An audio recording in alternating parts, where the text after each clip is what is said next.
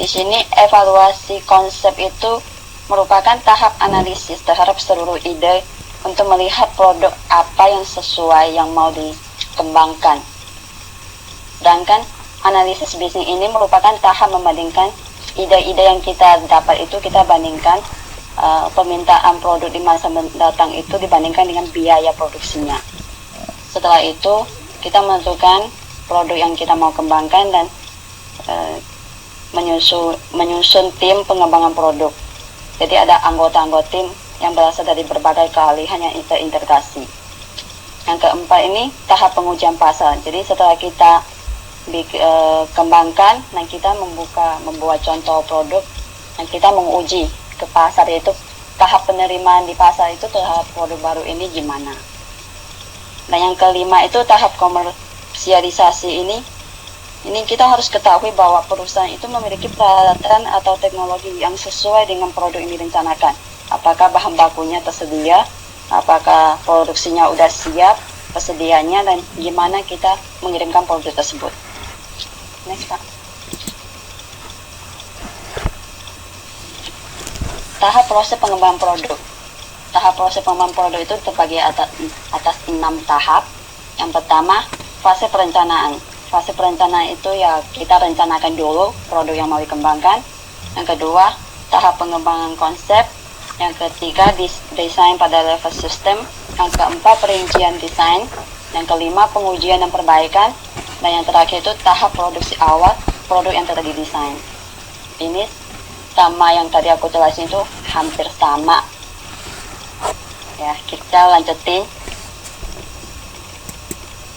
Next, Pak. Terima kasih. Nah, lanjutnya itu kita mengenai pengemasan produk harus mampu mendapatkan fungsi. Jadi produk itu kemasan itu harus mempunyai beberapa fungsi seperti yang di bawah ini.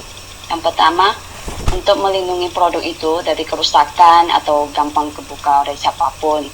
Yang kedua itu menarik perhatian pembeli. Jadi kemasan yang menarik itu akan membuat orang itu berkeinginan membeli produk tersebut. Yang ketiga, menjelaskan produk dengan berbagai informasi tentang produk. Biasa kita beli barang itu ada panduan, ada keterangan yang di dalam kotak barang yang kita beli, produk yang kita beli. Yang keempat, menjelaskan manfaat. Yang kelima, memberikan informasi mengenai jaminan produk, peringatan terhadap produk, dan berbagai informasi lain. Ini semacam kayak garansinya, kertas garansi, atau misalnya peringatan barang produk yang kita beli itu taruhnya di tempat kering atau gimana. Dan yang keenam, memberikan informasi mengenai harga, penggunaan produk, dan manfaat. Ini mungkin semacam label price-nya gitu, penggunaannya dan manfaat produk tersebut.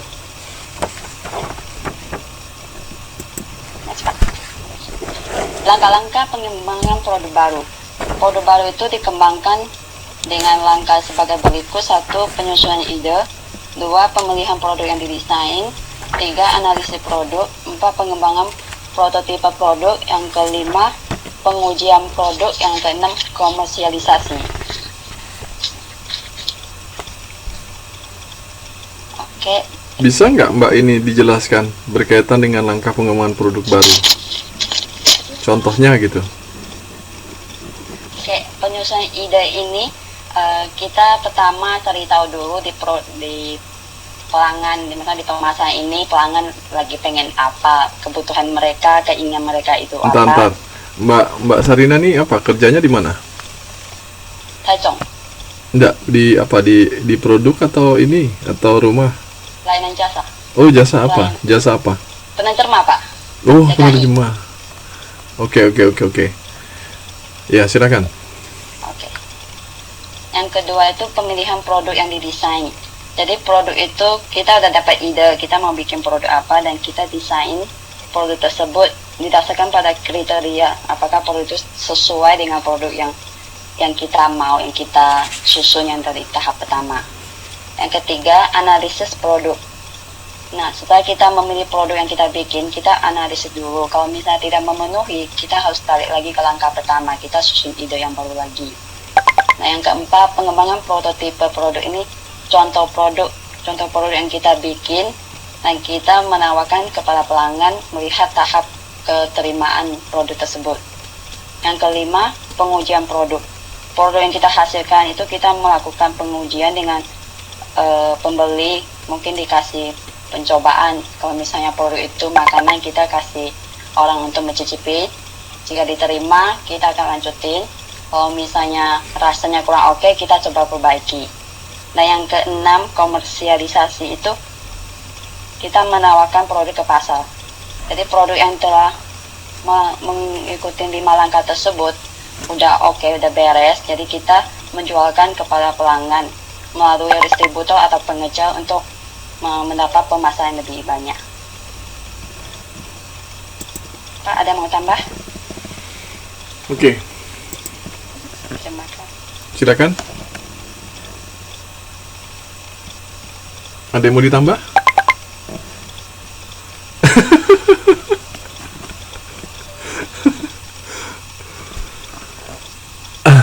Ya, ketika berbicara tentang terima kasih ya Mbak Sarina. Terima kasih, Pak. Terima kasih untuk ini teman-teman.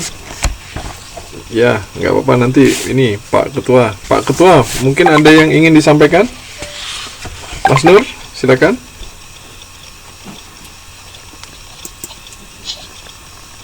Mungkin ada yang disampaikan berkaitan dengan materi ini?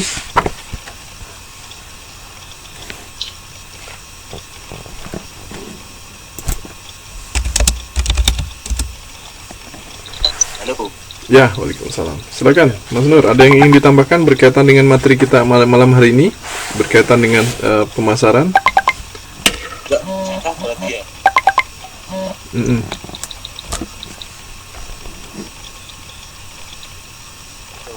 Ya, silakan.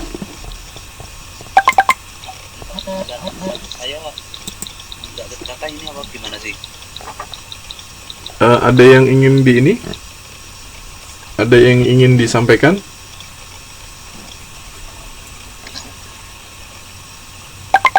Maaf, kegiatannya udah dibahas ya, Pak? Kegiatan 3 di Pak, selanjutnya Pak Ulin, Pak. PowerPoint-nya yang ini ya? PowerPoint-nya nggak ada PowerPoint, tapi Pak Ulinnya berusaha, dia bisa. Oke, silakan. melihat Ya. buku saja. Gak apa, silakan. Ya. Ya, untuk kegiatan 3 yaitu harga bersaing. Yang mana A. Tujuan penentuan harga. Penentuan harga merupakan proses penentuan hal yang pelangganan harus bayarkan dan hal yang penjual dapatkan dari proses pertukaran produk tersebut. Dalam tujuan penentuan harga di sini, menurut JOSI 2012 terdapat 5 strategi penentuan harga, yaitu maksimumkan kuantitas penjualan, target harga pengembalian, harga berdasarkan nilai, penetapan harga populer, dan penetapan harga adil. Dalam strategi ini, memaksimumkan harga penjual dilakukan dengan mengurangi biaya produksi dengan memaksimumkan jumlah produksi.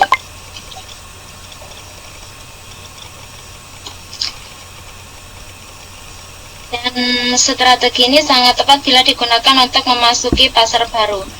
Untuk yang kedua, target pengembalian harga.